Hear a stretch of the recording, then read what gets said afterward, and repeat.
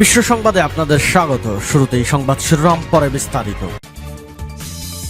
দখলদার ইসরায়েলি বাহিনী এবং ফিলিস্তিন পুরোদমে যুদ্ধ চলছে, জানিয়ে দেব হাতে থাকা সর্বশেষ আপডেট আন্তর্জাতিক সংবাদ। প্রথমেই সংবাদ শিরোনাম, জালিলি ও পেজেশকিয়ানের মধ্যে হাড্ডাহাড্ডি লড়াইয়ের আভাস। এরপর জানিয়ে দেব ৬৬ ইসরায়েলি নেতানিয়াহুর রাজনৈতিক অবসর চায়। এদিকে ইরানের সঙ্গে আমেরিকার সম্পর্ক কি বদলে যাবে? আরও জানিয়ে দেব সুজাইয়াতে হামলা জোরদার করেছে ইসরায়েলি বাহিনী। সর্বশেষ জানিয়ে দেব যুদ্ধবিরতি ও জিম্মি মুক্তির দাবিতে ইসরায়েলে ব্যাপক বিক্ষোভ। এতক্ষণ শুনছিলেন সংবাদ শিরোনাম, এবারে বিস্তারিত। তবে অনুরোধ থাকবে ভিডিওটিতে একটি লাইক করবেন এবং কমেন্ট করে জানিয়ে দিবেন কোন জেলা থেকে আপনি আমাদের এই ভিডিওটি দেখছেন। জালিলি ও পেজেশকিয়ানের মধ্যে হাড্ডাহাড্ডি লড়াইয়ের আভাস।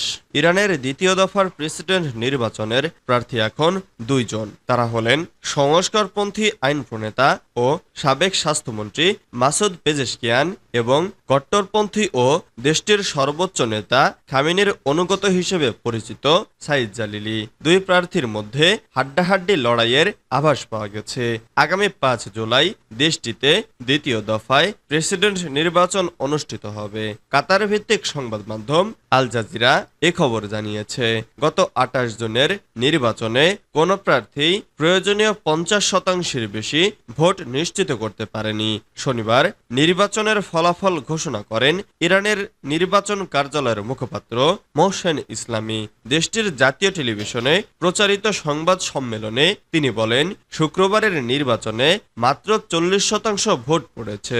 ইরানের স্বরাষ্ট্র মন্ত্রণালয় বলেছে, দেশটিতে ১৯৭৯ সালের বিপ্লবের পর এবারের প্রেসিডেন্ট নির্বাচনেই সবচেয়ে কম ভোট পড়েছে। এছাড়া ওই বিপ্লবের পর দ্বিতীয়বারের মতো দ্বিতীয় দফায় গড়িয়েছে ইরানের প্রেসিডেন্ট নির্বাচন। শুক্রবারের নির্বাচনে ১,৪,০০,০০০ ভোট পেয়ে এগিয়ে রয়েছেন পেজেশকিয়ান, আর জালিলি পেয়েছে ৯৪ লাখ ভোট। ৬৬ ইসরায়েলি নেতানিয়াহুর রাজনৈতিক অবসর চায়। ইসরায়েলের ২/৩ মানুষ প্রধানমন্ত্রী বেনিয়ামিন নেতানিয়াহুর বিদায় চায়। তারা আর চায় না তিনি আবার নির্বাচনে অংশ নিয়ে নতুন মেয়াদে ফিরে আসার চেষ্টা করুন। তারা চায় তিনি রাজনীতি ত্যাগ করুন। নতুন এক জরিপে এ তথ্য জানা গেছে। ইসরায়েলি বেসরকারি চ্যানেল 12 এই জরিপ পরিচালনা করে। এতে দেখা যায় ৬৬% মানুষ নেতানিয়াহুর রাজনৈতিক অবসর চায়। তারা সপ্তমবারের মতো তাকে প্রধানমন্ত্রী পদে প্রতিদ্বন্দ্বিতা করতে দেখতে চায় না। জবাবদাতাদের 23% ৭৩ বছর বয়স্ক নেতানিয়াহুকে ক্ষমতায় দেখতে চায়। মারিবের আরেক জরিপে দেখা গেছে প্রধানমন্ত্রী পদে ন্যাশনাল ইউনিটি পার্টির বেনি গাঞ্জ এগিয়ে রয়েছেন নেতানিয়াহুর থেকে। তবে নেতানিয়াহু নির্বাচনে বিপর্যয়ের ইঙ্গিত পেয়ে খুব দ্রুত নির্বাচন আয়োজনে আগ্রহী নন। প্রধানমন্ত্রী পদে ইসরায়েলিদের সবচেয়ে পছন্দ সাবেক প্রধানমন্ত্রী নাফতালি বেনেটকে। সংখ্যাগরিষ্ঠ ইসরায়েলি তার পক্ষে মতামত দিয়েছে। নেতানিয়াহুর ডান ধর্মীয় ব্লকের দলগুলোর ভোটারদের মধ্যে ৩৭% নেতানিয়াহুর আবার নির্বাচনে অংশগ্রহণের বিপক্ষে অভিমত প্রকাশ করেছে। তবে ৫৩% বলেছে নেতানিয়াহুর ওই পদে থাকা উচিত। গত সপ্তাহে দুটি জরিপে দেখা গেছে সার্বিকভাবে নেতানিয়াহুর চেয়ে এগিয়ে আছেন সাবেক প্রধানমন্ত্রী বেনেট। ইসরায়েল বেতেনু পার্টির নেতা অ্যাভগডর লিবারম্যান, নিউ হোপ পার্টির নেতা গিডিয়ান সার এবং সাবেক মোসাদ প্রধান ইয়োশি কোহেন। ইরানের সঙ্গে আমেরিকার সম্পর্ক কি বদলে যাবে? ইরানের প্রেসিডেন্ট নির্বাচনে জনপ্রিয়তায় বাজিমাত করেছেন সংস্কারপন্থী প্রার্থী মাসুদ পেজেশকিয়ান। শুক্রবার অনুষ্ঠিত দেশটির নির্বাচনে সবচেয়ে বেশি ভোট পেয়েছেন তিনি। তবে দেশটির নিয়ম অনুসারে ৫০% ভোট না পাওয়ায় নির্বাচন দ্বিতীয় দফায় গড়িয়েছে। মাসুদ পেজেশকিয়ান সংস্কারপন্থী নেতা হিসেবে পরিচিত। তিনি ইঙ্গিত দিয়েছেন পশ্চিমা সহ বিশ্বের বিভিন্ন দেশের সঙ্গে কূটনৈতিক সম্পর্ককে আরও উন্মুক্ত করতে চান।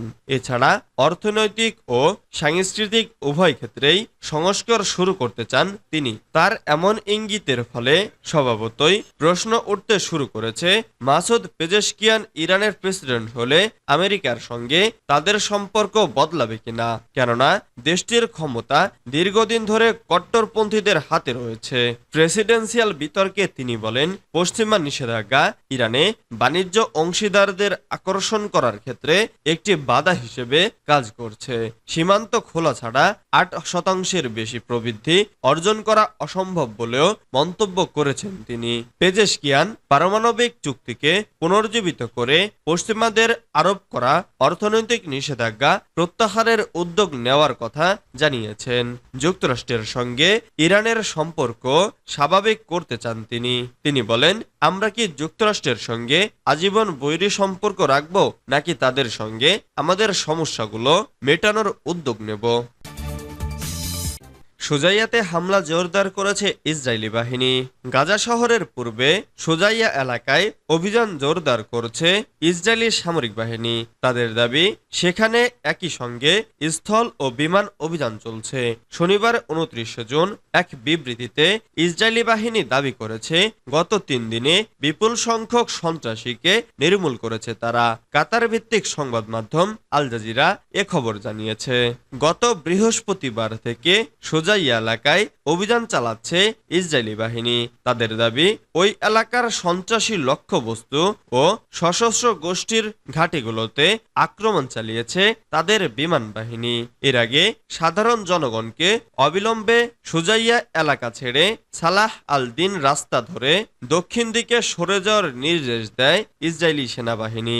মধ্য গাজার দের এল বালাহ এলাকার একটি বিতরণ পয়েন্টে পবিত্র পাত্র ভরার সময় একদল ফিলিস্তিনিকে লক্ষ্যবস্তু বানায় ইসরায়েলি বাহিনী। তাদের বিমান হামলায় আল-গাজী পরিবারের এক শিশু সহ 4 জন নিহত হয়।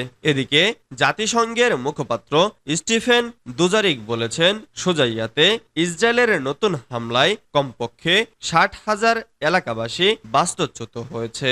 গত 24 ঘন্টায় গাজায় ইসরায়েলি হামলায় অন্তত 40 ফিলিস্তিনি নিহত হয়েছে। গাজার স্বাস্থ্য মন্ত্রণালয় জানিয়েছে, গত 7 অক্টোবর থেকে গাজায় ইসরায়েলি আগ্রাসনে অন্তত 37,834 ফিলিস্তিনি নিহত হয়েছে। যুদ্ধবিরতি ও জিম্মি মুক্তির দাবিতে ইসরায়েলে ব্যাপক বিক্ষোভ। গাজায় যুদ্ধবিরতি নিয়ে ইসরায়েলের সঙ্গে আলোচনায় কোনো ধরনের অগ্রগতি হয়নি বলে জানিয়েছে হামাস। লেবাননে অবস্থানরত হামাস নেতা ওসামা হামদান শনিবার সাংবাদিকদের একথা জানিয়েছেন।